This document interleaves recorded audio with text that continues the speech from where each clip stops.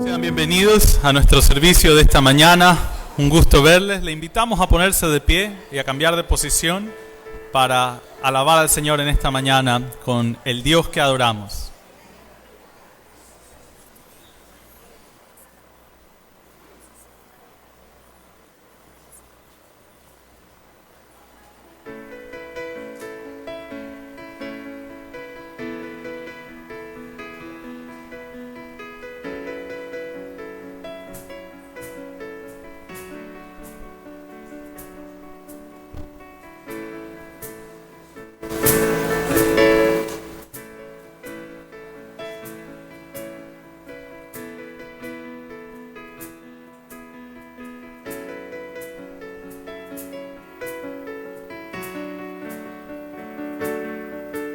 El Dios que hizo los cielos y la tierra, con el poder de su palabra, reina con autoridad. El Dios que aún los vientos le obedecen, una palabra es suficiente para los muertos levantar. Es como Él, oh gran yo soy. Tú eres el Dios que adoramos, todopoderoso y soberano, grande en misericordia y poder para salvar. Tú eres el Dios que adoramos, quien derrotó la muerte y el pecado, glorioso Redentor y Rey, te adoramos.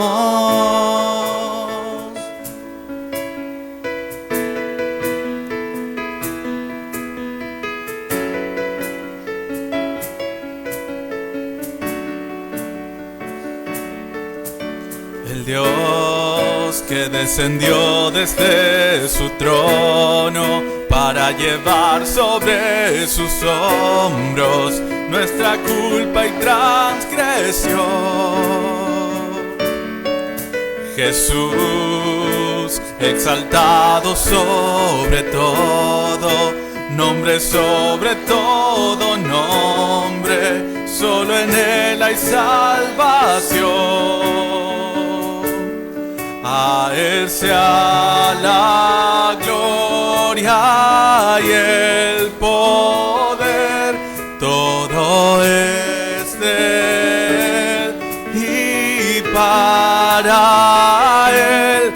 A Él sea la gloria y el poder, todo es de Él y para Él.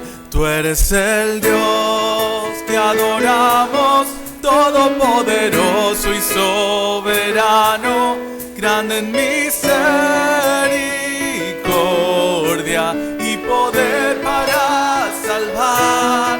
Tú eres el Dios que adoramos, quien derrotó la muerte y el pecado, glorioso Redentor y Rey, te adoramos. En esa misma posición oremos. Padre y Señor nuestro, como hemos profesado en esta mañana, como hemos exaltado tu nombre, Señor, te alabamos por quien tú eres, tus atributos, tu soberanía, tu perfección, tu poder, Señor, tu majestuosidad.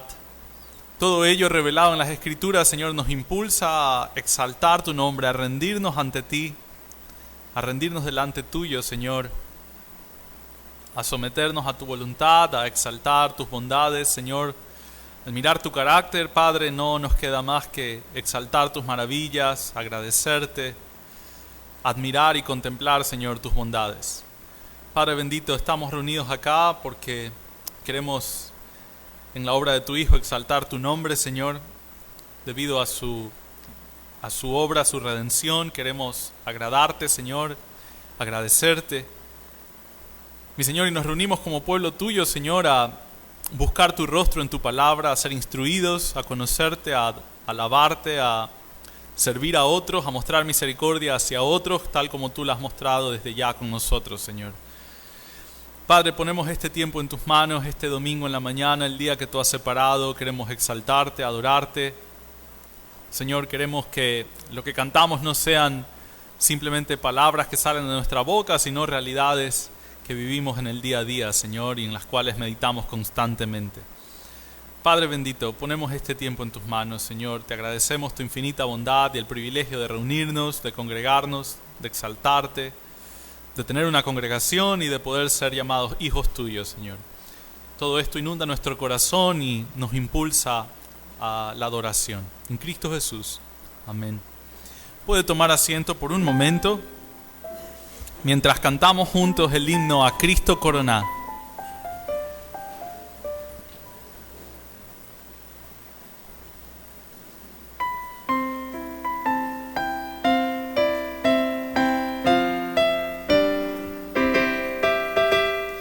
A Cristo Coroná, divino Salvador, sentado en alta majestad, es digno de loor. Al Rey de gloria y paz, lores tributad, y bendecid al inmortal por toda eternidad. A Cristo Coroná, Señor de nuestro amor, al Rey triunfante celebra, glorioso vencedor, potente Rey de paz, el triunfo consumó, y por su muerte de dolor su grande amor mostró. A Cristo Coroná, Señor de vida y luz, con alabanzas proclamad los triunfos de la cruz. A Él fue el adorar, Señor de salvación, Lord eterno tributad de todo corazón. Y con esa misma actitud y meditando ahora acerca de la gracia recibida, del amor profundo de nuestro Dios, vamos a cantar juntos Profundo Amor del Padre Dios.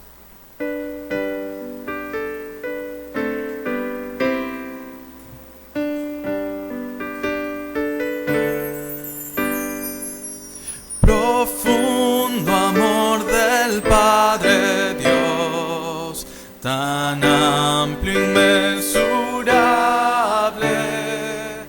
que dio a su Hijo por hacer tesoro al despreciable, ardiente pérdida y dolor, su rostro el Padre aparta, mas hijos a la gloria trae, la herida que le marca. Y aquí el hombre en la cruz, a hombros mi pecado, y escucho con pesar mi voz unirse a cada escarnio. Mi culpa le retuvo allí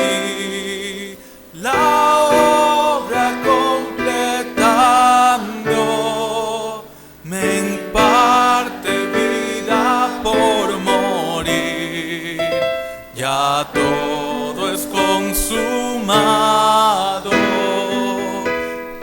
Dones no me jactaré, por fuerte ni por sabio, de quien murió me gloriaré, Jesús resucitado, porque obtendré su galardón.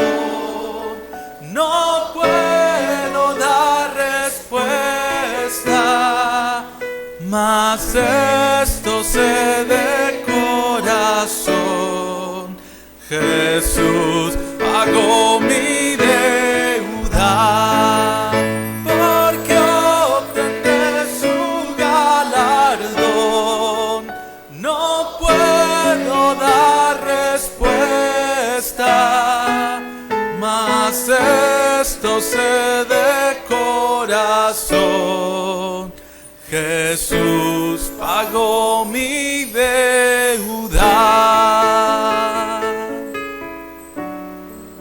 Amén. Qué hermosa verdad de la cual no nos cansamos de cantar eternamente cuando comprendemos la culpa y la carga que había en nuestros hombros y que fue quitada por nuestro Señor al pagar nuestra deuda en la cruz.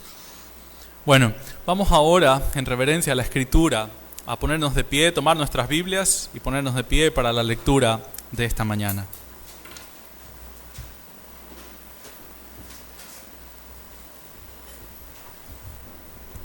Pueden abrir sus Biblias en el Salmo 143. Salmo 143. Leemos desde el versículo 1. Oh Jehová, oye mi oración, escucha mis ruegos. Respóndeme por tu verdad, por tu justicia. Y no entres en juicio con tu siervo, porque no se justificará delante de ti ningún ser humano. Porque ha perseguido el enemigo mi alma, ha postrado en tierra mi vida. Me ha hecho habitar en tinieblas como los ya muertos, y mi espíritu se angustió dentro de mí. Está desolado mi corazón. Me acordé de los días antiguos, meditaba en todas tus obras, reflexionaba en las obras de tus manos. Extendí mis manos a ti, mi alma a ti como la tierra sedienta. Respóndeme pronto, Jehová, porque desmaya mi espíritu. No escondas de mí tu rostro, no venga yo a ser semejante a los que descienden a la sepultura. Hazme oír por la mañana tu misericordia, porque en ti he confiado. Hazme saber el camino por donde ande, porque a ti he elevado mi alma. Líbrame de mis enemigos, oh Jehová, en ti me refugio. Enséñame a hacer tu voluntad, porque tú eres mi Dios. Tu buen espíritu me guía a tierra de rectitud. Por tu nombre, oh Jehová, me vivificarás. Por tu justicia sacarás mi alma de angustia. Y por tu misericordia disiparás a mis enemigos y destruirás a todos los adversarios de mi alma, porque yo soy tu siervo. Oremos. Padre, te damos gracias, Señor, por tu revelación, por tu palabra que sigue tan viva hoy como siglos desde que fue escrita. Y nosotros aprendemos, Señor, a leer este salmo que tú eres el protector de tu pueblo, que tú luchas como guerrero en la batalla para defender a los tuyos, a los que has llamado a la salvación, con los que has hecho un pacto para darles vida eterna, para perdonar sus pecados y finalmente librarlos de sus enemigos. Y este era el clamor del salmista en el tiempo de la aflicción provocado por sus enemigos en el que se encontraba, y él hizo lo que nosotros debemos hacer: recordar tus obras y tus maravillas en el pasado, tus maravillas descritas en las páginas de la Escritura y tus maravillas incluso en nuestro pasado, en nuestra propia vida. Tu obra a favor de nosotros es un recordatorio, Señor, de que harás lo mismo en el presente y lo seguirás haciendo en el futuro. Tu amor, tu fidelidad hacia nosotros seguramente no ha decaído, Señor, y te damos gracias porque nos libras de nuestros enemigos, de los enemigos que nosotros conocemos, pero también de los enemigos y los males de los que ni siquiera hemos estado enterados que venían hacia nosotros. Señor, tú como poderoso protector nos has guardado, incluso de los que nosotros ignorábamos. Todo el tiempo nos estás guardando y protegiendo. Y esto lo haces no por nuestra gloria, sino por la tuya, por el amor que tú tienes hacia tu propio nombre. Y esta es nuestra oración, Señor, y nuestra petición también en esta mañana, que todo lo que hagamos, nuestra adoración, tu palabra, tenga el propósito de glorificar tu santo nombre. En eso nosotros somos bendecidos y hallamos nuestra bienaventuranza. Usa este culto, Señor, usa este servicio y todo lo que vamos a hacer para la gloria de tu nombre. Guíanos con tu Espíritu, Señor, a apropiarnos de tu palabra, de tus promesas. Lo pedimos en el nombre de Jesús. Amén. Pueden tomar asiento, hermano.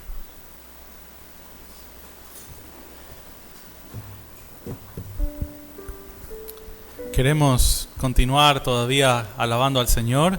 Tenemos 2 himnos más por delante. Vamos a empezar cantando juntos y a meditar en la letra de estos himnos mientras cantamos Porque Él vive.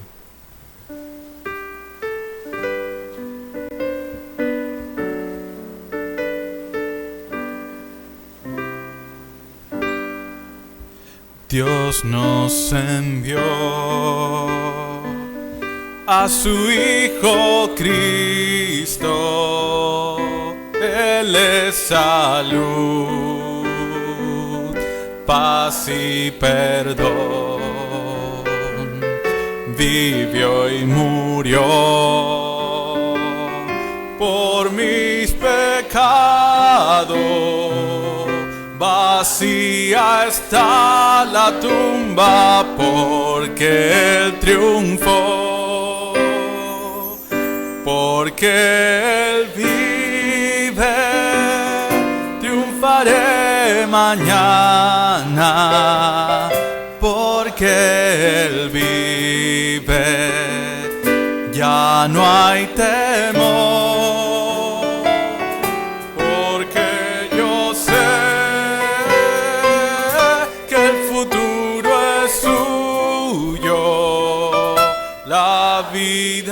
Vale más y más solo por Él. Grato es tener a un tierno niño, tocar su piel, gozo nos da, pero es mejor la dulce calma que Cristo el Rey nos puede dar, pues vivo está, porque Él vive, triunfaré mañana, porque Él vive, ya no hay temor, porque yo sé que el futuro es suyo, la vida vale más y más solo por Él. Yo sé que un día el río cruzaré con el dolor, batallaré y al ver la vida triunfando invicta, veré gloriosas luces y veré al Rey, porque Él vive, triunfaré mañana, porque Él vive, ya no hay temor, porque yo sé que el futuro es vale más y más solo por Él. Y para terminar este tiempo de alabanzas, vamos a unirnos alabando al Señor, cantando alabanzas, dad a Cristo.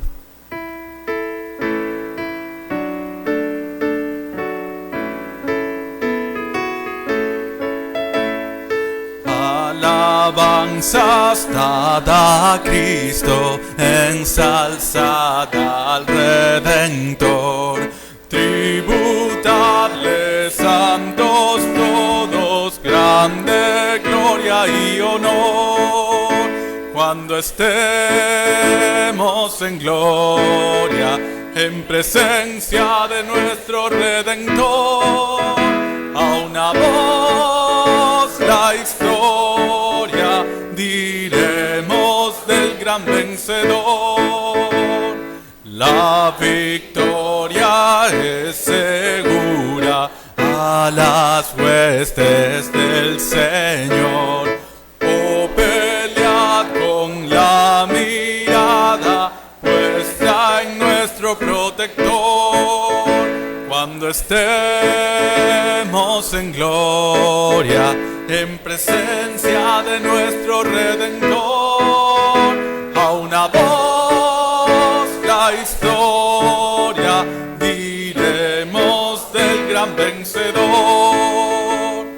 El pendón alzad, cristianos, de la cruz y caminad de triunfos en triunfos, siempre firmes avanzar. Cuando estemos en gloria, en presencia de nuestro Redentor, a una voz la historia diremos del gran vencedor.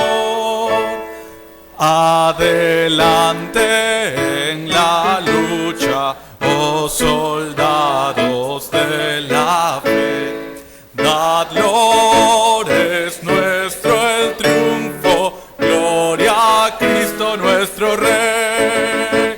Cuando estemos en gloria, en presencia de nuestro Redentor, a una voz la historia diremos del gran vencedor.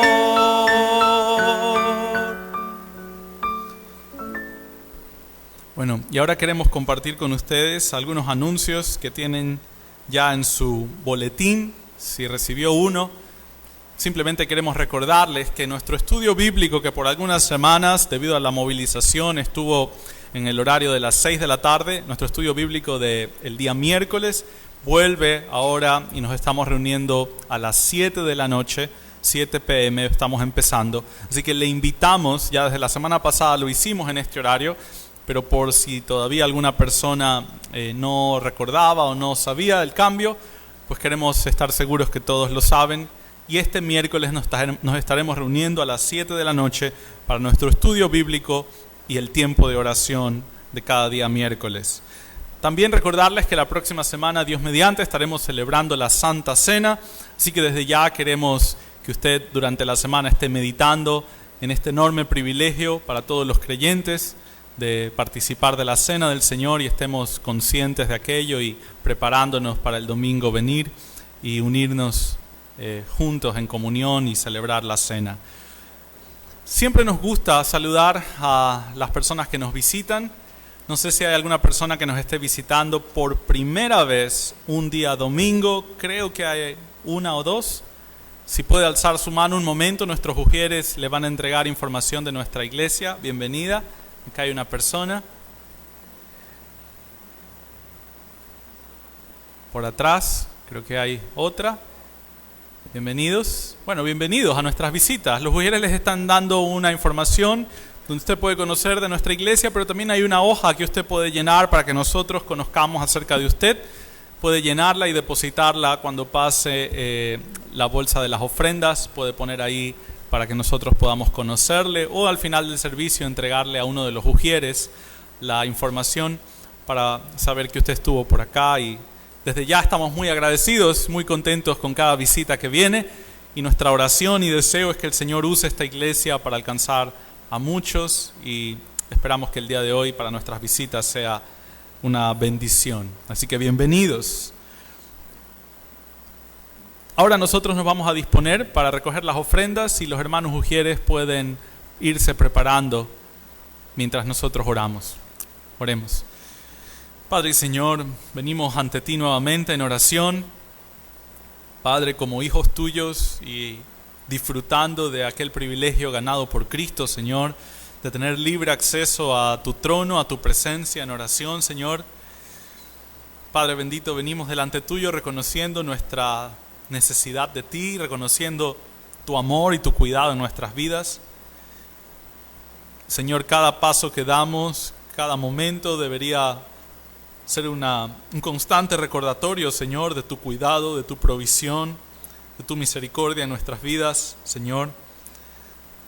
De que tu amor es infinitamente más allá de lo que entendemos, Padre. No solo nos has otorgado salvación a aquellos que somos tus hijos, sino que también cuidas de nosotros de forma constante y abundante, diariamente, Señor, permitiéndonos disfrutar de lo que has creado y permitiéndonos agradecértelo, permitiéndonos adorarte, permitiéndonos, Señor, disponer de salud, vida para alabar tu nombre, Señor, el poder gozarnos de tu palabra y el poder compartirla con otros también.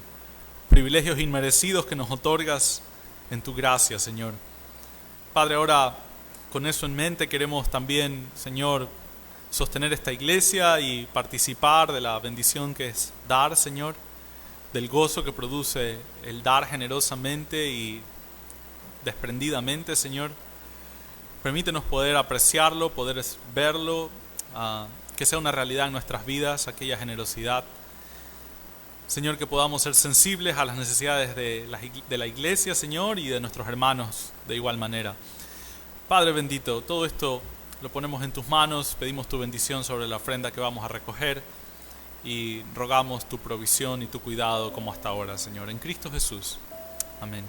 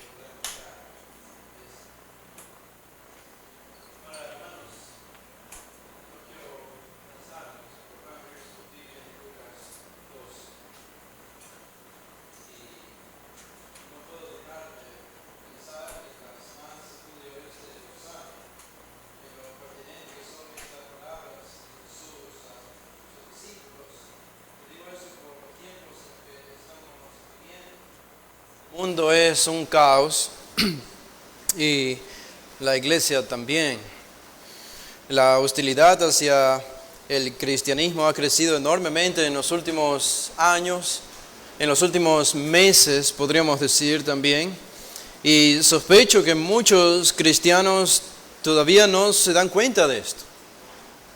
No pueden entender o descifrar lo que ocurre allá afuera.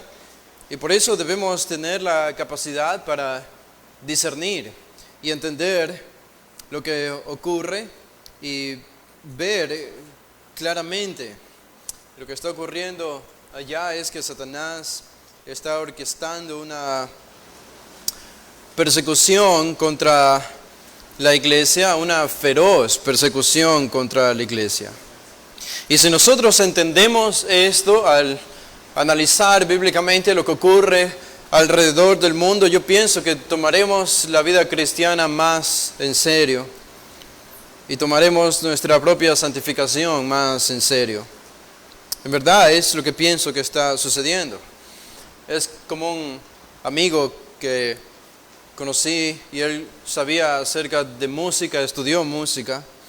Y él me decía que por un lado conocer música era una especie de maldición para él, porque cada vez que escuchaba una pieza musical o una canción, él no podía simplemente sentarse y disfrutar de la música, porque debido al conocimiento que él tenía, no podía evitar analizar cualquier canción que escuchaba, incluso los pormenores, meticulosamente, cada instrumento, los altos y los bajos de la voz.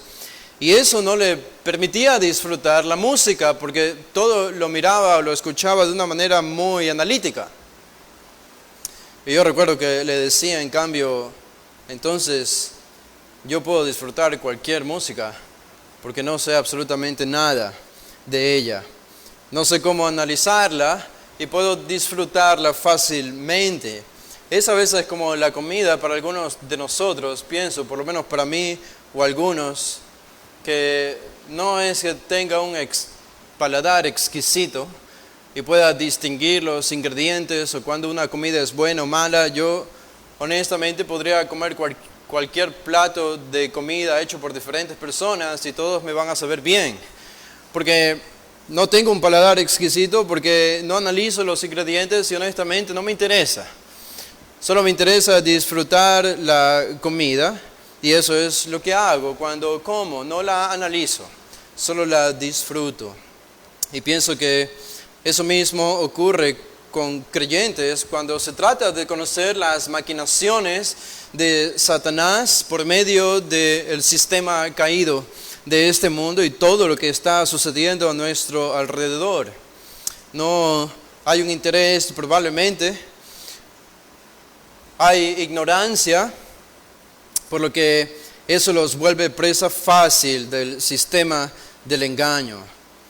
Pero, hermanos, ahora en el mundo están sucediendo cosas que, si tenemos, entre comillas, la maldición de entenderlas, las entendemos y podemos discernirlas, revelan que una ola de persecución se aproxima contra la iglesia. En diferentes lugares de este mundo, en diferentes continentes, ya está ocurriendo. Y esto no nos asusta, esto no nos deprime, pero sí nos vuelve más astutos y nos hace vivir la vida cristiana con más urgencia, incluso con más seriedad e intensidad. Saben, una de las bendiciones de vivir en el primer siglo, en el que vivieron los discípulos después de que Jesús regresó al cielo, era que los discípulos no podían hacer amigos con el mundo. No tenían tiempo de coquetear con el mundo. El mundo en el que ellos vivían los odió desde el mismo momento en que ellos comenzaron a predicar acerca de Cristo. Cuando comenzaron sus ministerios en el libro de los Hechos, el mundo lo hizo muy claro para ellos. Los iban a odiar y los iban a odiar hasta el fin. Y eso fue evidente por la persecución. Y esa misma hostilidad estamos comenzando a verla en nuestro tiempo. Podemos comenzar a palparla cada vez más de cerca. Y por eso les decía, las palabras de Jesús aquí son tan pertinentes para nosotros en este capítulo 12 como las fueron para sus discípulos. Cada vez más necesitamos esa intrepidez de la que Jesús habla en estos versículos, esa osadía y ese valor del que Él habla aquí en este capítulo 12. Ahora, si ustedes recuerdan nuestro intento fallido de la semana pasada de cubrir los versículos 10 al 12, esto se trata de ser leales a Cristo en medio de la hostilidad, en medio de la persecución. Este es el tema del capítulo 12, por lo menos los versículos del 1 al 12. Es cómo ser leales a Cristo en medio de la persecución. Y quiero que noten algo aquí. La idea central de este pasaje se encuentra en los verbos de mandatos, de órdenes. A eso le llamamos en la gramática imperativos, cuando se da una orden. Y noten dónde aparecen estos verbos. El versículo 1, Jesús dice al final, guardaos de la levadura de los fariseos, que es la hipocresía. Guardaos, esa es una orden, guardaos. El segundo, en el versículo 4, que se repite en el 5 y en el 7, es no temáis, no temáis. Teman a Dios, no teman a los hombres. Este es el segundo mandato que aparece en este pasaje. Y el tercero lo encontramos aquí en el versículo 11. Jesús dice en la segunda parte del versículo 11, no os preocupéis. Ese verbo, no os preocupéis, aunque no es tan imperativo, tiene la fuerza de un imperativo, así que lo debemos traducir como una orden de Jesús a sus discípulos. En otras palabras, hay tres cosas que Jesús dice a sus discípulos que ellos deben hacer en estos 12 primeros versículos. Sean sinceros, sean intrépidos y sean leales. Estas son las tres cosas que ellos debían hacer. Son los tres mandatos de Jesús. Por eso hemos dicho esto y lo hemos repetido, este mismo bosquejo, pero hay algo sobre los versículos 8 al 12. Hay algo sobre estos versículos del 8 al 12 que, les soy sincero, no había visto antes. Y esa es la bendición de la predicación expositiva, que a veces estamos estudiando un mismo pasaje por 2 o 3, a veces hasta 4 semanas, como ha sido mi caso con este pasaje, esta porción, los 12 primeros versículos. Y eso que no había visto antes, y esta semana lo vi y me hizo clic en la mente, es lo que quiero mostrarles a continuación, especialmente lo que tiene que ver con los versículos 8 al 12. 8 al 12. Déjenme leer para ustedes estos versículos. Dice Jesús, os digo que todo aquel que me confesare delante de los hombres, también el Hijo del Hombre le confesará delante de los ángeles de Dios. Mas el que me negare delante de los hombres, será negado delante de los ángeles de Dios. Esto es Jesús hablando a sus discípulos. Versículo 10. A todo aquel que dijere alguna palabra contra el Hijo del Hombre le será perdonado, pero al que blasfemare contra el Espíritu Santo no le será perdonado. Cuando os trajeren a las sinagogas y ante los magistrados y las autoridades, no os preocupéis por cómo o qué habréis de responder o qué habréis de decir, porque el Espíritu Santo os enseñará en la misma hora lo que debáis decir. Ahora, noten los versículos 8 al 12, los que acabamos de leer, y particularmente los versículos del 8 al 10. 8 al 10. Y ustedes notan una particularidad en estos tres versículos, y es que los tres versículos describen ideas que son paralelas. Jesús dice en el versículo 8, el que me confiesa será confesado delante de los ángeles, el que me niega será negado, el que dijere algo contra el Hijo del Hombre le será perdonado, pero el que blasfemare contra el Espíritu Santo no le será perdonado. Y algo importante de estos versículos que debemos reconocer es que no son una instrucción directa para sus discípulos.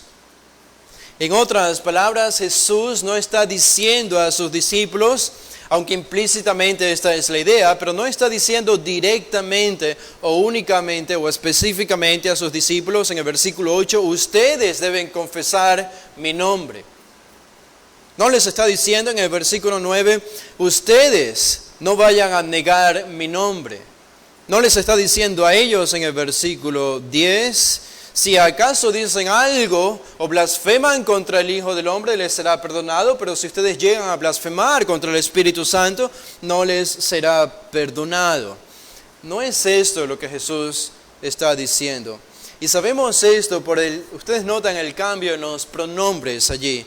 Por ejemplo, en el versículo 1 Jesús dice, ustedes guárdense de la levadura. En el versículo 4 les dice, ustedes no teman. En el versículo 5, ustedes teman. En el versículo 7 termina diciendo, ustedes no teman. ¿Notan? Jesús hablando directamente a sus discípulos. Pero cuando llegamos a los versículos 8 hasta el 10, Jesús cambia su enfoque y utiliza un enfoque más impersonal. Y les dice en el versículo 8, les digo a ustedes que todo aquel, ¿notan la diferencia? Todo aquel que me confesare, no es ustedes confiésenme, sino todo aquel que me confesare, y esa es la diferencia que se repite en el versículo 9 por implicación y en el versículo 10. De nuevo, a todo aquel que dijere alguna palabra contra el Hijo del Hombre, etc. ¿Qué significa esto para nosotros en nuestra interpretación de este pasaje?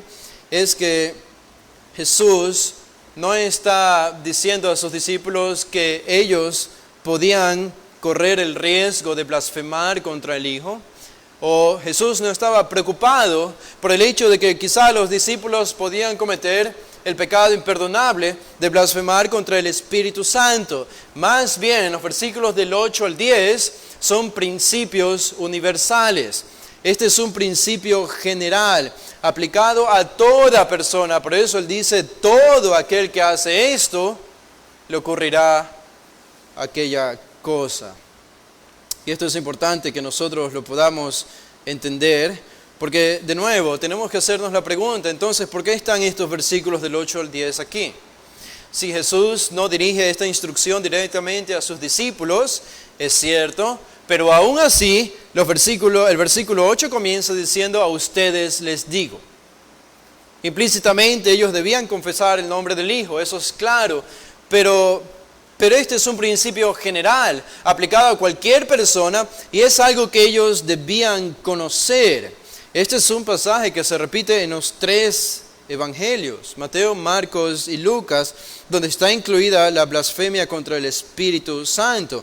Es un principio general, confesar a Cristo para ser confesado, o al que niega a Cristo será negado con la blasfemia del Espíritu Santo. Pero ¿por qué está este pasaje aquí? Y para responder esta pregunta, analizamos los versículos 8 al 9, aunque ya los estudiamos en las semanas anteriores, pero decimos, ¿de qué se trata este principio general y por qué está allí? Y pienso que se trata acerca de la importancia, la trascendencia o la repercusión que tenía la misión de los discípulos en este mundo. Y eso es lo que Jesús quiere que ellos vean, es decir, ellos habían sido llamados personalmente, elegidos personalmente por Jesús, los 12, y habían sido enviados por Jesús, llamados a una vida de obediencia, de autonegación, de autosacrificio, y a seguir los pasos del Maestro. Ellos lo dejaron todo, dejaron sus negocios, dejaron sus redes para seguir a Jesús y dedicarse al ministerio a tiempo completo. Y Jesús les dice entonces, y les dijo en el pasado, desde ahora ustedes serán pescadores de hombres. Pescadores de hombres. Pero hay un problema. Y es que un pescador no puede pescar peces si le tiene miedo a los peces. Un pescador no puede salir a pescar si le tiene miedo al mar. Y este es el punto de Jesús aquí. Ellos no podían llegar a ser pescadores de hombres si le tenían temor a los hombres. Para pescar hombres, ellos debían perder el temor a los hombres que podían hacerles daño e ir a esos mismos hombres, lanzar el anzuelo y pescarlos, ganarlos para Cristo. Por eso Jesús reitera varias veces el mandato de no teman en los versículos del 4 al 7. Ese es el tema de los versículos del 4 al 7. No teman, no teman. Deben ser pescadores de hombres. Y para eso no deben temer a los hombres. Y es aquí donde entran los versículos 8 al 10. Porque aquí Jesús les muestra cuál era la repercusión o el impacto. ¿Cuál era el impacto, el efecto en el mundo si ellos obedecían a la misión sin temor? Si se volvían pescadores de hombres. Bueno, ¿qué iba a ocurrir? Lo que nos dicen los versículos 8 al 10. Un principio universal. Que por medio de la misión de ellos iban a dividir literalmente el mundo en dos partes. Iban a dibujar una línea que iba a atravesar por todo el planeta e iban a dividir a todas las personas del mundo en dos grupos. Los que confiesan a Cristo y los que niegan a Cristo. La predicación del evangelio de estos 12 hombres, esto es lo que iba a hacer o iba a conseguir. Tan importante fue la persona de Jesús cuando vino, que Él dividió al mundo en dos. El mundo no fue el mismo desde que Jesús vino a la tierra. Y la predicación de los discípulos lo haría conocer a este Cristo que había dividido el mundo. Es tan importante, la misión de ellos era tan importante y por consecuencia la nuestra también, que el cielo estará poblado de gente que le miró con buenos ojos a Jesús y el infierno estará poblado de gente que le miró con malos ojos a Jesús. Él se volvió en el centro del universo y los discípulos, si eran leales a su misión en este llamado, iban a hacer avanzar este plan de redención en el mundo donde quiera que fuesen llamados. Y no es diferente para nosotros en este siglo XXI. Estamos dividiendo el mundo en dos. Con nuestra vida, una vida que ha sido llamada una vida de obediencia, y con nuestro mensaje, que es el mensaje de Cristo, porque confesamos a Cristo públicamente, estamos dividiendo el mundo en dos. La gente no se percata de esto, no ve la importancia de nuestro ministerio, de nuestras vidas.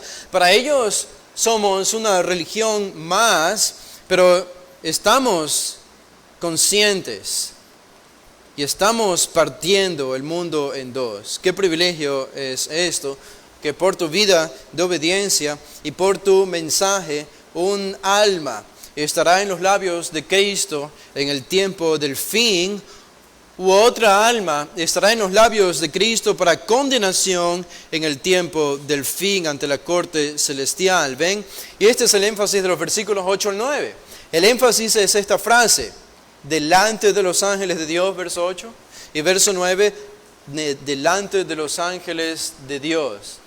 ¿Qué dice Jesús entonces a sus discípulos? Lo que ustedes hagan aquí en la tierra va a tener eco en el cielo, en el día del juicio final.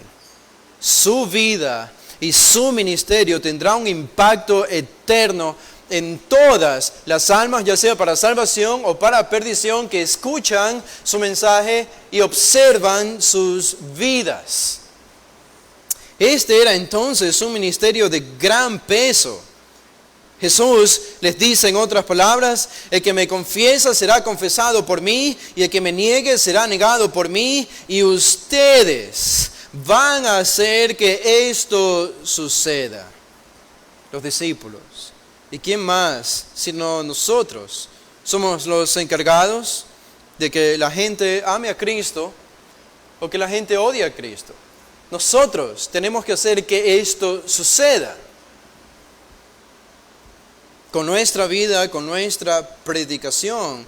Por eso, ven, esto nos da una nueva perspectiva acerca del sufrimiento y de la persecución, porque sufrir por la fe nunca ha sido algo personal. Y los cristianos cometen un error cuando son perseguidos por su fe, lo toman como algo personal, se sienten mal, se sienten atacados o discriminados.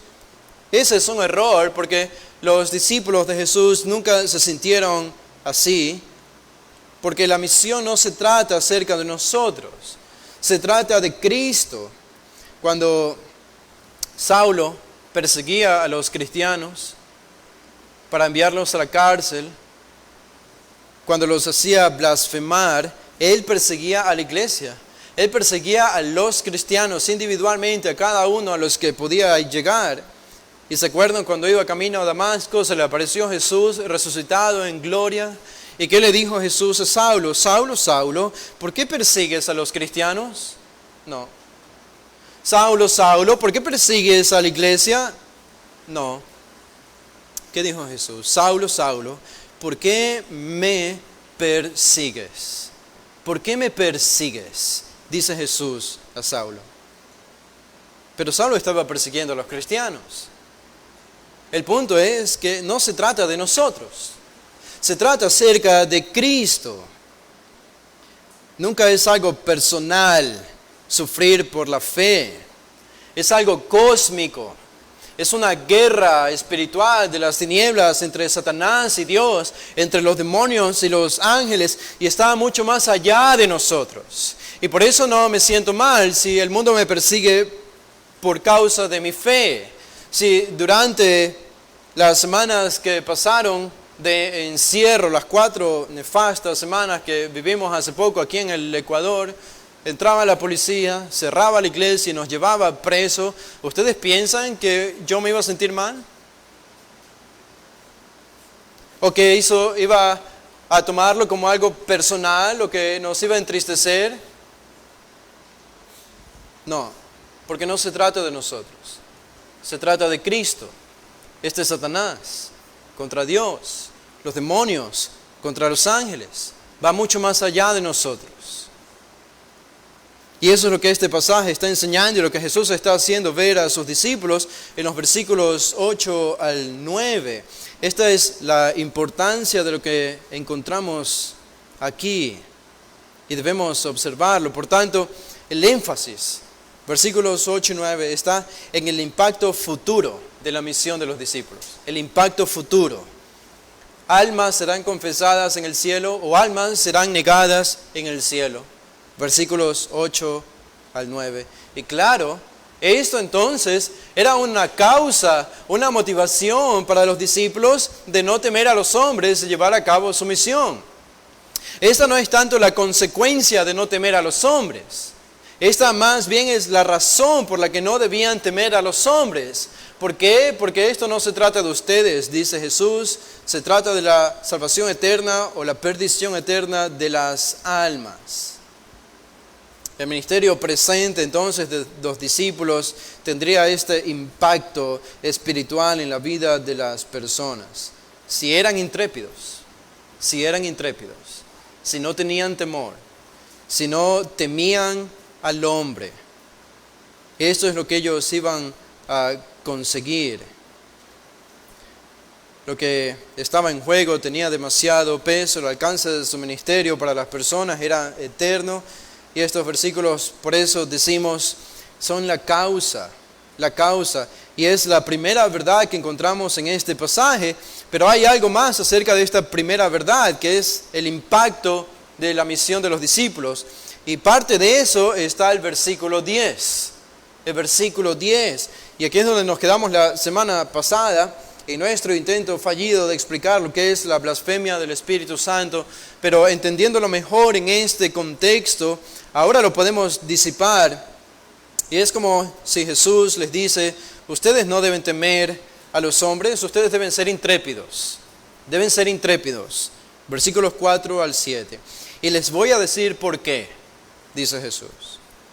¿Por qué causa deben ser intrépidos? Bueno, la primera causa es porque en un sentido el juicio más importante que va a emitirse sobre las personas de este planeta, el juicio eterno en el día del fin, el juicio divino y definitivo sobre las almas, va a depender de ustedes,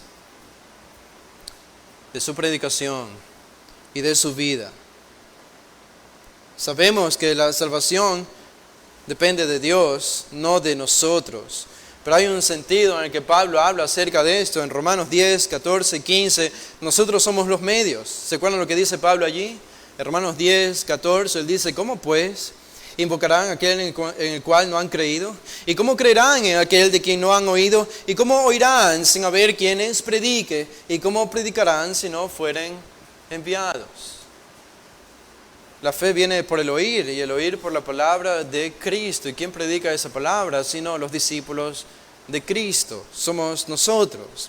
Ahora, en la misma línea de pensamiento, si me siguen aquí, traten de seguirme, en la misma línea de pensamiento se encuentra el versículo 10.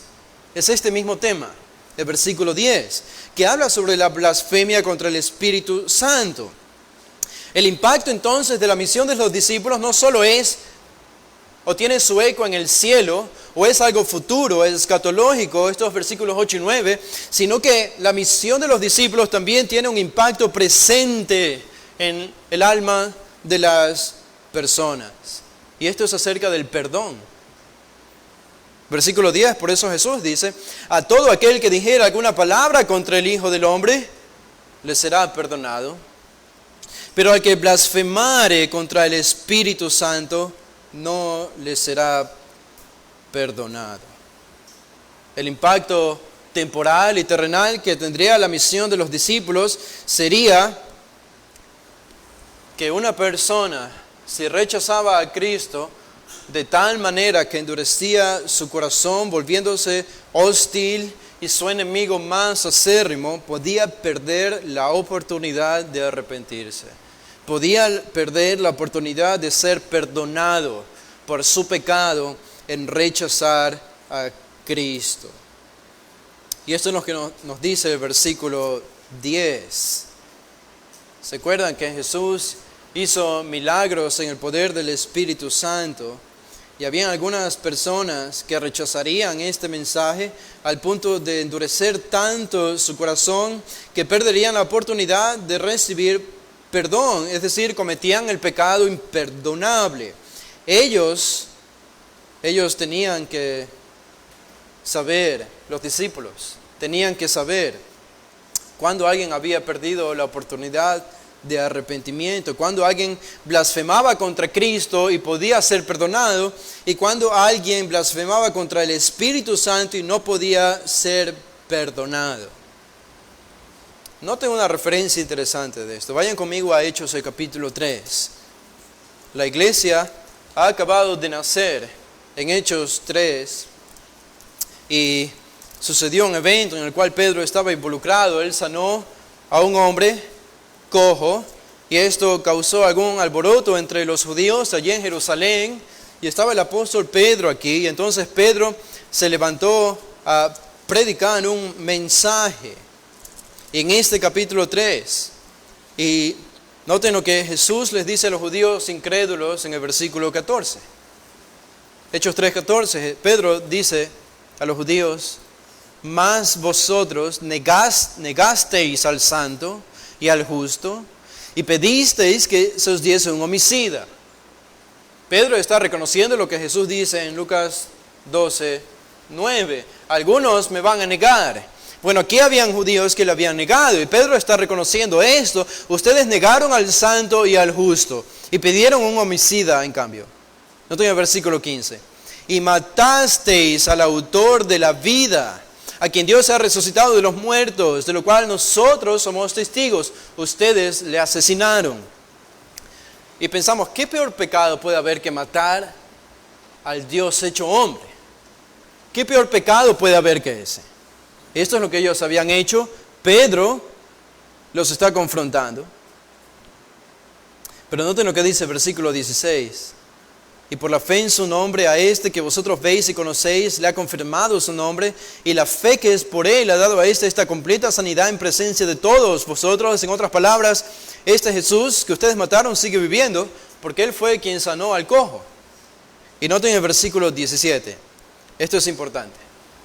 Más ahora, dice Pedro, hermanos, no hermanos en Cristo, sino hermanos judíos, más ahora, hermanos, sé que por ignorancia lo habéis hecho, como también vuestros gobernantes. Ustedes lo hicieron por ignorancia.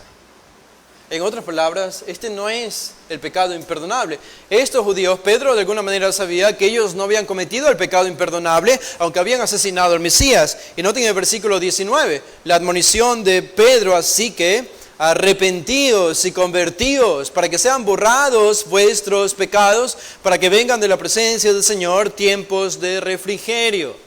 Pedro sabía que ellos tenían todavía esperanza de ser perdonados, y por eso les llama al arrepentimiento.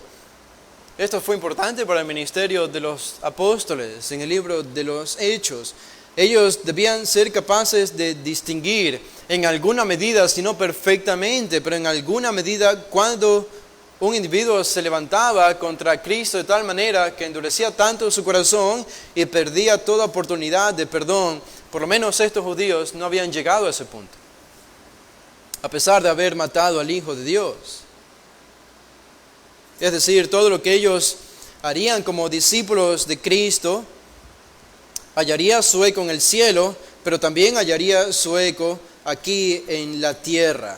¿Y cuál iba a ser el eco aquí en la tierra según el versículo 10, regresando a Lucas 12:10? Bueno, uno de los impactos sería, según el versículo 10, que por la vida y la predicación de los discípulos, algunos iban a endurecer tanto que iban a cometer la blasfemia contra el Espíritu Santo e iban a perder la oportunidad de ser perdonados. Ese iba a ser el impacto de la misión de los discípulos.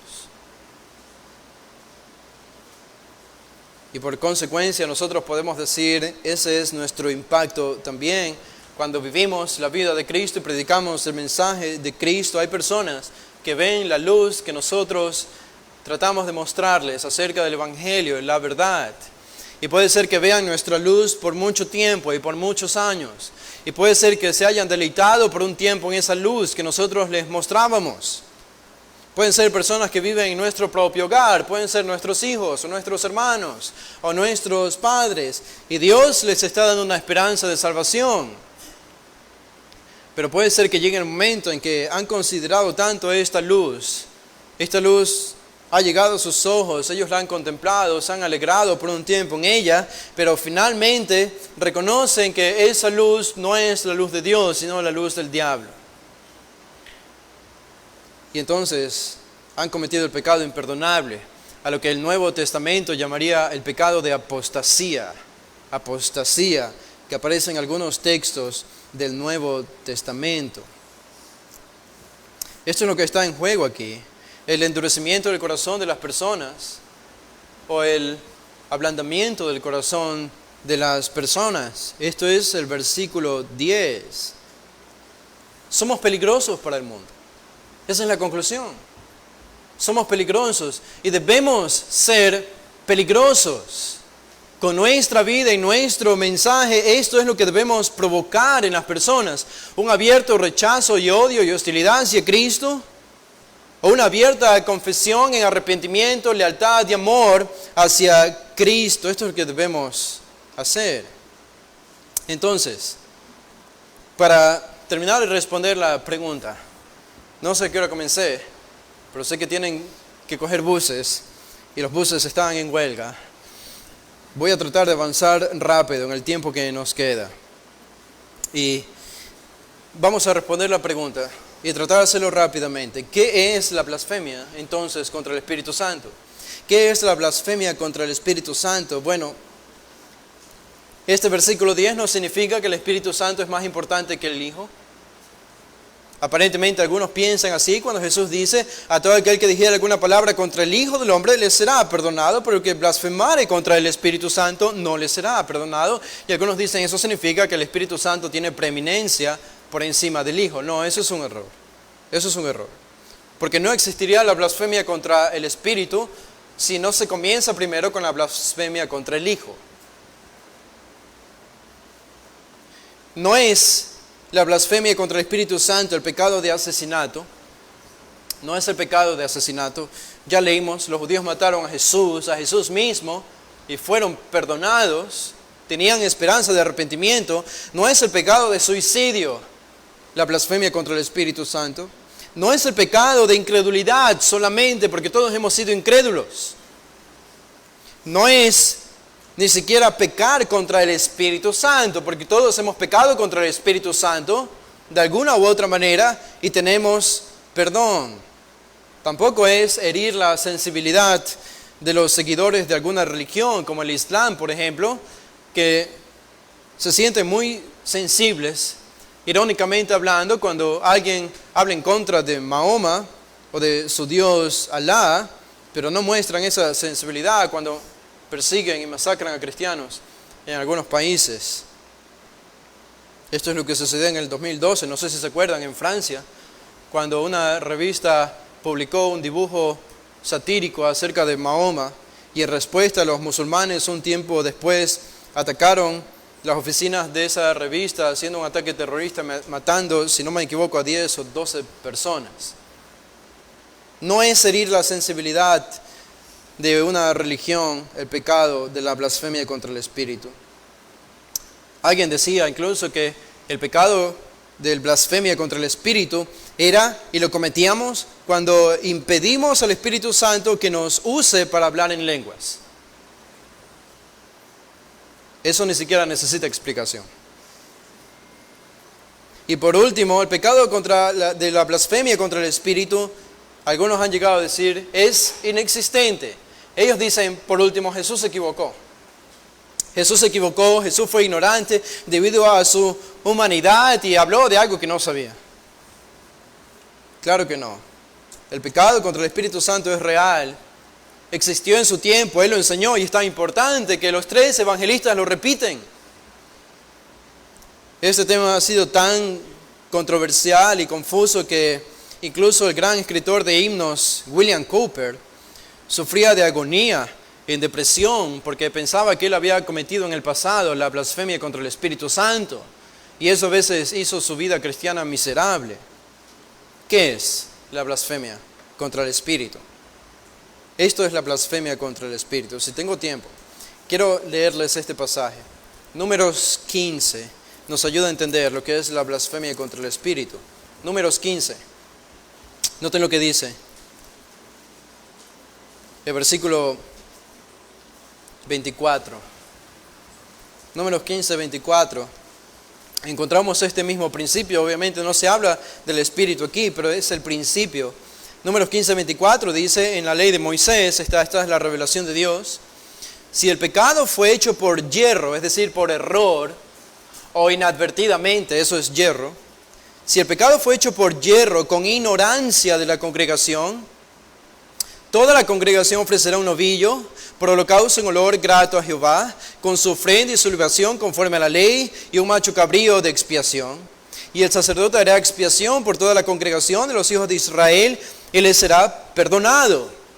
Es decir, hay perdón para el pecado en el campamento de Israel. ¿Por qué? Dice, porque yerro es un error, una ignorancia. Y ellos traerán sus ofrendas, ofrenda encendida a Jehová y sus expiaciones delante de Jehová por sus yerros. Y será perdonado a toda la congregación de los hijos de Israel y al extranjero que mora entre ellos, por cuanto es yerro de todo el pueblo. Hay perdón cuando hay un pecado que se comete por yerro. Verso 27, si una persona pecare por yerro, ofrecerá una cabra de un año para expiación. Y el sacerdote hará expiación por la persona que haya pecado por yerro. Cuando pecare por yerro delante de Jehová, la reconciliará y le será perdonado. Lo mismo para el extranjero y entre los hijos de Israel si hicieran algo por yerro. Pero noten el versículo 30, el contraste. Hay un cambio aquí. Dice, mas la persona que hiciere algo con soberbia, así el natural como el extranjero, ultraja a Jehová. O eso también se lo puede traducir como blasfema contra Jehová. Esa persona será cortada de en medio de su pueblo. ¿Por qué? Por cuanto tuvo en poco la palabra de Jehová y menospreció su mandamiento, enteramente será cortada esa persona, su iniquidad caerá sobre ella. ¿Se dan cuenta? Hay una diferencia en el pecado del campamento de Israel. Cuando uno pecaba por yerro había perdón. Habían sacrificios y ofrendas para expiar el pecado. pero cuando era un pecado cometido con soberbia, ultrajando a Dios, deliberadamente conociendo la ley y la voluntad de Dios y levantándose hostilmente en contra de esa voluntad para hacer lo contrario a lo que Dios ha establecido claramente, en esta actitud de corazón endurecido y hostil, dice Dios aquí, esta persona debe ser cortada en medio de su pueblo. El pecado de blasfemia contra el nombre de Dios en el Antiguo Testamento tenía la pena capital. La persona debía morir en el campamento de Israel por blasfemar el nombre de Dios. Yo pienso que esto nos comienza a ayudar a entender lo que significa la blasfemia contra el Espíritu Santo. Se distingue entonces este pecado de otros pecados que podemos cometer contra Cristo o contra el mismo Espíritu Santo, porque esto nos lleva a al segundo texto, por la actitud del corazón. La actitud del corazón. Lo que importa aquí es el estado del corazón que se manifiesta en palabras. Así que la blasfemia contra el Espíritu Santo es más que meramente decir algo en contra del Espíritu Santo. Es más que eso, se trata de la condición del corazón. Noten esto conmigo. Mateo 12, versículo 32. Observen esto. Mateo 12, 32, tenemos un pasaje paralelo acerca de la blasfemia contra el Espíritu y dice Jesús, Mateo 12, 32, a cualquiera que dijere alguna palabra contra el Hijo del Hombre le será perdonado, pero que hable contra el Espíritu Santo no le será perdonado ni en este siglo ni en el venidero. Y noten la conexión que hace Jesús con el corazón. O haced del árbol bueno y su fruto bueno, o haced del árbol malo y su fruto malo, porque por el fruto se conoce el árbol. Generación de víboras, ¿cómo podéis hablar lo bueno siendo malos? Porque de la abundancia del corazón habla la boca. ¿Notan? La blasfemia contra el Espíritu Santo tiene que ver más que meramente con decir algo en contra del Espíritu. Tiene que ver con una condición endurecida del corazón. Versículo 35, el hombre bueno del buen tesoro del corazón saca buenas cosas, y el hombre malo del mal tesoro saca malas cosas. Mas yo os digo que de toda palabra ociosa que hablen los hombres, de ella darán cuenta en el día del juicio, porque por tus palabras serás justificado y por tus palabras serás condenado. ¿Por qué por nuestras palabras? Porque las palabras revelan la condición del corazón. Eso es lo que Jesús dice aquí. Así que es un rechazo del corazón. La condición del alma es endurecida al punto de no reconocer a Cristo como lo que Él es y al punto de atribuir la obra de Cristo, el poder del Espíritu, la fuente de su poder que era el Espíritu, atribuirla a Satanás. Este fue el pecado de la blasfemia contra el Espíritu Santo. Quisiera mostrarles algo, pero no tengo tiempo, así que lo haré en alguna futura ocasión. En el libro de Mateo, solo les voy a dar la referencia general. En el libro de Mateo podemos considerar la progresión de endurecimiento de los escribas y fariseos. Porque tenemos que en los versículos 8 al 9, Jesús hace milagros y milagros y milagros. Milagro tras milagro, milagro tras milagro, los capítulos 8 y 9 de Mateo. Y al final de todos estos milagros, Mateo nos dice en el capítulo 9, creo que es el versículo 34, que al final de contemplar todos estos milagros de Jesús, los fariseos dijeron, este no hace estas obras sino por Belcebú, por Satanás. Y esa fue la primera referencia al rechazo endurecido de los fariseos a Jesús. El primer rechazo definido en Mateo 9:34. Y de manera interesante, después de esto Jesús vuelve a enseñar en el capítulo 10, hacia adelante, hasta el capítulo 11, y vuelve a hacer algunos milagros en estos capítulos. En el capítulo 10, con declaraciones acerca de su verdadera identidad.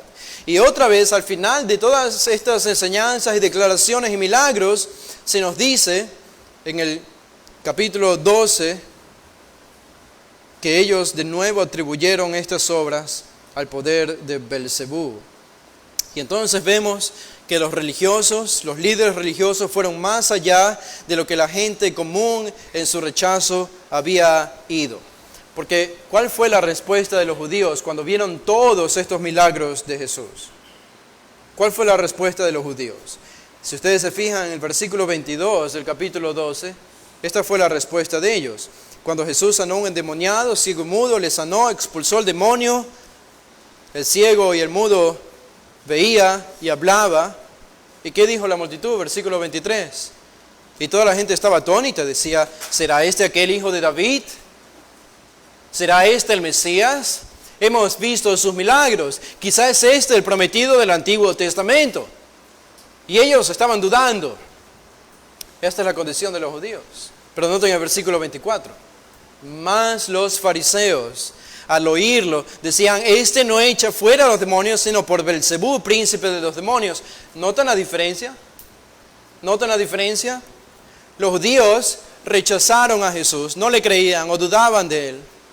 Pero los fariseos y los escribas fueron mucho más allá en su condena al Hijo de Dios, y ellos atribuyeron todos los milagros que Jesús estaba haciendo a Satanás. Y ya que Jesús hacía los milagros en el poder del Espíritu Santo, era decir que el Espíritu Santo era identificado como el mismo Satanás. Alguien dijo, el mismo fuego que derrite la cera endurece el barro. El mismo fuego que derrite la cera endurece el barro. Los que se endurecen a pesar de haber recibido la luz, se asemejan más al diablo. Porque Satanás vio toda la luz estando en el hogar celestial divino cuando fue creado por Dios. Y él contempló toda la gloria que un ser puede contemplar acerca de Dios. Y aún así, al final, se reveló una abyecta revelación contra ese Dios. Por eso Satanás no tiene oportunidad de perdón. Su pecado es mucho más grave porque recibió mucha más luz que cualquier otro ser, la luz de Dios y la revelación de Dios. Los escribas y los fariseos perdieron. Esto es lo que sucedió con ellos. Este es el diagnóstico. Ellos perdieron la facultad de reconocer a Dios porque persistieron en rechazar las señales mesiánicas obradas por el poder del Espíritu Santo. Ellos llegaron a la condición de no reconocerle a pesar de que le veían. No le reconocían. Y para ellos entonces lo que era bueno era malo. Y lo que era malo era bueno. Se habían vuelto tan sordos y ciegos a la verdad que cuando lo tenían a Jesús enfrente, haciendo caminar a paralíticos, haciendo ver a ciegos, resucitando al muerto Lázaro, ellos, viendo todo esto, dijeron, este hombre es el diablo. E incluso quisieron matar a Lázaro. Es un estado en el que el perdón ya no es posible. Porque ni siquiera se dan cuenta de su pecado. Ni siquiera pueden reconocer que necesitan el perdón. Por eso podemos decir, y esto es lo que han dicho los teólogos a lo largo de la historia del cristianismo acerca del pecado contra el Espíritu, y es que el que teme haber cometido el pecado del Espíritu Santo, de blasfemia contra el Espíritu Santo, es porque no lo ha cometido. Si tú temes que has cometido el pecado contra el Espíritu Santo, es porque no lo has cometido, porque no tuvieses este ímpetu o esta molestia interna de que quizás has cometido este pecado, porque alguien que ha cometido este pecado no piensa que ha ofendido a Dios, sino que se ha vuelto un enemigo abierto y hostil contra Dios, y no tiene ningún deseo de arrepentirse. Esto es muy similar al pecado de la apostasía que nosotros encontramos en el Nuevo Testamento. No tenemos tiempo para revisar, pero esto es lo que ocurre con las personas que reciben la luz y pasó con los discípulos. Ahora, terminemos este sermón. Les prometo que terminamos. Regresen a Lucas 12 y vamos a terminar con esto, porque la razón por la que los discípulos, la primera verdad por la que ellos debían ser intrépidos, era porque todo esto iba a ser provocado por ellos, por su mensaje y su predicación y su misión, y también nosotros. Esto es lo que provocamos. Versículos del 8 al 10. Pero hay una verdad más por la que debemos ser intrépidos en nuestra misión como discípulos de Cristo. Y Jesús les dice a ellos en el versículo 11 y 12, noten: cuando os trajeren a las sinagogas y ante los magistrados y las autoridades, no os preocupéis por cómo que habréis de responder o qué habréis de decir, porque el Espíritu Santo os enseñará en la misma hora lo que debáis decir. Jesús dice a sus discípulos, no es si es que van a ser traídos a las sinagogas a comparecer ante las autoridades. No es una cuestión de si va a ocurrir o no. Jesús está garantizando a sus discípulos que ellos van a ser llevados ante las autoridades. Es una cuestión del cuándo va a suceder esto, pero es una garantía. Jesús está diciendo, ustedes van a ser perseguidos y van a ser llevados a sinagogas, es decir, autoridades judías y magistrados y autoridades. Estos son las autoridades gentiles. El mundo entero va a levantarse en contra de ustedes. El mundo entero los va a perseguir, los va a odiar. Qué bendición esta. ¿Acaso no quisieran escuchar estas palabras de Jesús a ustedes? Que Jesús les diga esto. No es que van a ser o no perseguidos, el asunto es que van a ser perseguidos. Y ustedes dicen, ¿por qué esa es una bendición? ¿No es una bendición ser perseguido? Bueno, es una bendición ser perseguido, porque en este contexto, ser perseguido significa ser leal a Cristo. Si ellos iban a ser perseguidos, es porque iban a confesar el nombre de Cristo, iban a temer a Dios más que a los hombres, e iban a ser leales a Él hasta el fin. Y esa es la razón por la que iban a ser perseguidos. Por tanto, cuando Jesús garantiza la persecución de sus discípulos, implícitamente hay un consuelo allí. Jesús les está diciendo, ustedes, discípulos míos, yo sé que van a ser fieles. Yo sé que van a ser leales hasta el fin. Por eso les digo que van a ser perseguidos. Qué consolación para Pedro, para Juan, para Jacobo, para Santiago y todos los que estaban allí, el hecho de saber que ellos iban a ser fieles hasta el fin. Y cuando eso ocurriese, cuando fuesen perseguidos, Jesús añade esta admonición, la tercera admonición de este pasaje para terminar en el versículo 11. ¿Qué debían hacer? ¿Preocuparse? ¿Tener miedo? No, Él dice, no os preocupéis. No se preocupen. No se llenen de ansiedad. ¿Por qué? No se preocupen por cómo o qué habréis de responder o qué habréis de decir, porque el Espíritu Santo os enseñará en la misma hora lo que debáis decir. En otras palabras, lo que ustedes van a decir ante las autoridades no depende de ustedes. Esto no es sabiduría humana, esto es sabiduría divina. Esto se trata de Dios, no de ustedes. No es mi intelectualidad, es la verdad de Dios la que tiene que ser confesada. Y solo una persona puede provocar eso en nosotros, es el Espíritu Santo. El Espíritu Santo. Esto sucedió calcado en el libro de los Hechos, con Pedro. Déjenme terminar con esto, les prometo que terminamos. Les prometo. Yo sé que algunos ya no me creen después de tantas mentiras. Pero déjenme mostrarles cómo esto se cumple en el libro de los Hechos. Noten el capítulo 4 del libro de los Hechos. Esta misma promesa de Jesús, de su Espíritu, guiándoles cuando ellos fuesen perseguidos y comparecen ante las autoridades. Dice Hechos 4, el versículo 5.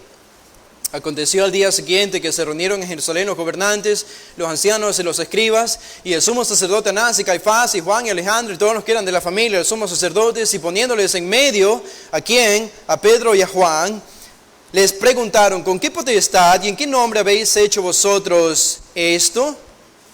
Entonces Pedro, ¿qué dice? Lleno del Espíritu Santo. Este no era Pedro, este era el Espíritu Santo en Pedro. Lleno del Espíritu Santo les dijo, gobernantes del pueblo y ancianos de Israel. Pedro estaba preocupado porque no sabía cómo responder y defender la fe ante las autoridades. Pero aquí está el gran Pedro. El tosco Pedro y el terco Pedro y el poco preparado Pedro Dice, puesto que hoy se nos interroga acerca del beneficio hecho a un hombre enfermo, de qué manera éste haya sido sanado, sea notorio a todos vosotros y a todo el pueblo de Israel que en el nombre de Jesucristo de Nazaret, a quien vosotros crucificasteis y a quien Dios resucitó de los muertos, por él este hombre está en vuestra presencia sano. Este Jesús es la piedra reprobada por vosotros los edificadores, la cual ha venido a ser cabeza del ángulo, y en ningún otro hay salvación, porque no hay otro nombre bajo el cielo dado a los hombres en que podamos ser salvos. ¡Wow! ¡Qué mensaje de Pedro! ¿Eh? Noten lo que ellos respondieron, versículo 3. Entonces, ellos viendo el denuedo de Pedro y de Juan. ¡Qué denuedo! Y sabiendo que eran hombres sin letras y del vulgo, en otras palabras, ellos estaban diciendo, este es Pedro, lo conocemos, pero no parece Pedro ahora.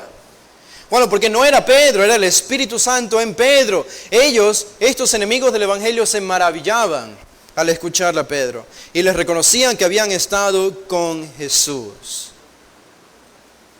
Y no sabían qué hacer con ellos. No sabían qué hacer con ellos. Este versículo entonces asume que los discípulos van a ser perseguidos, pero van a tener la guía y el soporte del Espíritu Santo. ¿Saben? Nuestros enemigos no saben esto de nosotros, pero lo peor que ellos pueden hacernos es lo mejor que nos pueden hacer. Sería mejor para el mundo ignorarnos que perseguirnos. Para ellos sería mejor ignorarnos antes que perseguirnos, capturarnos y meternos a la cárcel juzgándonos ilícitamente. Porque cuando ellos nos llevan a la cárcel, cuando ellos nos persiguen y nos capturan, ¿saben lo que están haciendo? Nos están dando una plataforma por la cual nosotros podemos predicar el mismo mensaje que hemos predicado a nuestros vecinos, pero ahora, gracias a la persecución de ellos, lo podemos hacer a mucha más gente. El día de hoy no hablaríamos acerca de Juan Bunyan si él no hubiese sido perseguido por su fe y puesto en la cárcel varios años. Y la razón por la que su testimonio ha llegado a tantos lugares fue debido a su persecución. Por tanto, la persecución por la fe no es un problema, es una oportunidad. No es un problema, es una oportunidad para que el nombre de Cristo sea desplegado por toda la tierra. Ellos nos dan esta plataforma y nosotros, si llega, debemos tomarla. Esta es la promesa y el Espíritu estará con nosotros para proclamar el Evangelio y defender nuestra fe. Vamos a orar para terminar. Padre, te damos gracias, Señor, por este tiempo, por tu palabra que es tan clara, es tan precisa. Habla a nuestro corazón y nuestros corazones arden, Señor, delante de ella. Padre, rogamos este Espíritu que fue prometido por Cristo, que vendría a sus discípulos y que mora en nosotros. Es el que ahora nos está guiando. En este mundo lleno de hostilidad y que crece en persecución contra el cristianismo, lo necesitamos más que nunca ahora, Padre. Y rogamos, Señor, que esto sea así, para la gloria de tu nombre. Entendemos que el mensaje del Evangelio va a correr y va a ser glorificado. Almas serán salvas, no por nuestra sabiduría humana, no por los métodos humanos, sino por el mensaje de Cristo impulsado en el poder del Espíritu Santo en nosotros. Y que al final podamos reconocer como Pedro, no somos nosotros, es tu Espíritu en nosotros, para que las personas se maravillen y se maravillen de ti, reconociendo que tú estás guiando todos los eventos de la historia y utilizando tu iglesia para llevarlos a la redención. Gracias te damos, Señor, en el nombre de Jesús. Amén.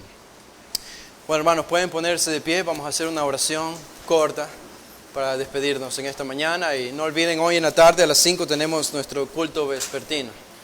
Padre, te damos gracias por este tiempo. Ahora rogamos, Señor, que tú nos guíes con tu bendición y protección, que nos bendigas en el tiempo de comunión y nuestro regreso a nuestros hogares, y bendigas el culto de hoy en la tarde. Lo pedimos, Padre, en el nombre de Jesús. Amén.